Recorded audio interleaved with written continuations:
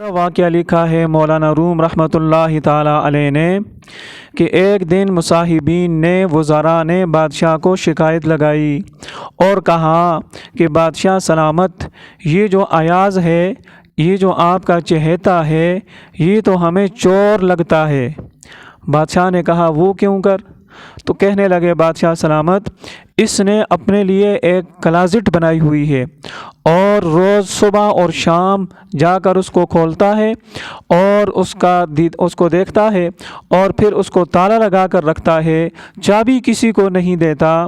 ہمیں تو پکا شک ہے کہ اس نے شاہی خاندان میں، شاہی خزانے میں سے کوئی اہم چیز چوری کی ہے اور جس کو اس نے وہاں پر محفوظ کر کے رکھا ہے، صبح و شام جا کر اس کو کھولتا ہے اور دیکھتا ہے، چابی کسی کو نہیں دیتا۔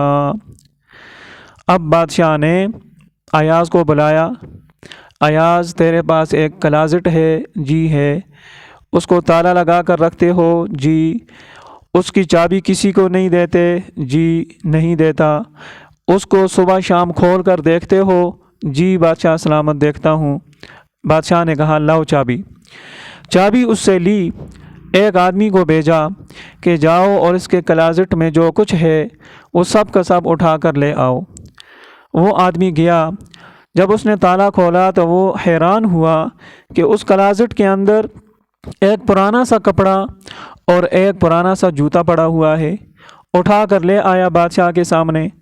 بادشاہ نے کہا کہ ایاز، کلازٹ کے اندر یہی چیزیں تھیں؟ جی بادشاہ سلامت یہی چیزیں تھیں۔ تو بادشاہ نے کہا ایاز، یہ تو کوئی اتنی اہم اور قیمتی چیزیں نہیں ہیں کہ جنہیں تم کلازٹ میں محفوظ کر کے رکھو اور صبح شام کھول کر ان کو دیکھو اور چابی بھی کسی کو نہ دو۔ تو ایاز کہنے لگا بادشاہ سلامت، میرے لیے اہم ہیں، میرے لیے قیمتی ہیں۔ وہ کیسے؟ جب میں آپ کے دربار میں آیا تھا تو میں نے یہ پرانی سی دھوتی باندھی ہوئی تھی اور پرانا سا جوتا میں نے لگایا ہوا تھا۔ اب میں روز صبح شام اپنے آپ کو سمجھاتا ہوں یہ دونوں چیزیں دکھا کر کہ دیکھنا کہیں بادشاہ کی احسان فراموشی نہ کرنا۔ تیری تو اوقات یہ تھی، تو جب اس بادشاہ کے پاس آیا تھا اس حال میں آیا تھا، یہ تیرے جوتے تھے پھٹے پرانے اور یہ تیری دھوتی تھی، پرانا سا کپڑا۔ تجھے جو بادشاہ نے تجھ پر احسانات کیے، کبھی ان احسانات کو فراموش نہ کرنا۔ اللہ اکبر۔ تو انسان کو اپنی اوقات نہیں بھولنا چاہیے۔ اگر ہم بھی اپنی اوقات نہ بھولتے تو ہمارے اندر بھی میں پیدا نہ ہوتی۔ اگر ہم بھی اپنی اوقات کو یاد رکھتے تو پھر مال پیسے کو دیکھ کر ہمارے لہجے میں بھی فرعونیت نہ آتی، پھر ہم مال و دولت کو دیکھ کر ہمارا طرز زندگی بھی چینج نہ ہوتا اور ہمارے طرز زندگی میں بھی مال کی جھنکار شامل نہ ہوتی، اور پھر ہم بھی مظلوموں پر جبر کرنے کے بجائے مظلوموں کی فریاد رسی کرتے اور ان کے دکھوں کا مداوع کرتے۔ ایک اللہ والے کے پاس ایک شخص آیا اور بڑا اترایا ہوا اور اپنے مال پیسے پر بڑا گھمنڈ میں مبتلا۔ تو اس اللہ والے نے اسے سمجھایا کہ بھائی اس طرح کا انداز زندگی اللہ تعالیٰ کو پسند نہیں ہے۔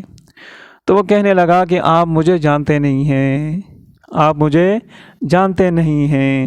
تو وہ اللہ والے کہنے لگے بھائی میں آپ کو بہت اچھی طرح جانتا ہوں، بہت اچھی طرح جانتا ہوں کہ تو جب پیدا ہوا تو پیشاب کی نالیوں سے 2 مرتبہ گزر کر دنیا میں آیا، اور جب تو مر جائے گا تو 3 دنوں کے بعد تیری لاش پھٹ جائے گی، پھول جائے گی، اور اگر اس کے بعد قبر کو کھولا جائے اور اس میں معمولی سا سوراخ کر دیا جائے قبر کے اندر تو اتنا تعفن پھیلے کہ پورے کے پورے علاقے والے ان کا جینا دوبر ہو جائے، ایسی بدبو آئے گی تیرے جسم سے۔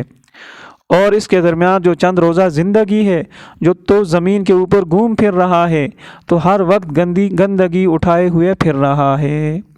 تو یہ ہے تیری اوقات۔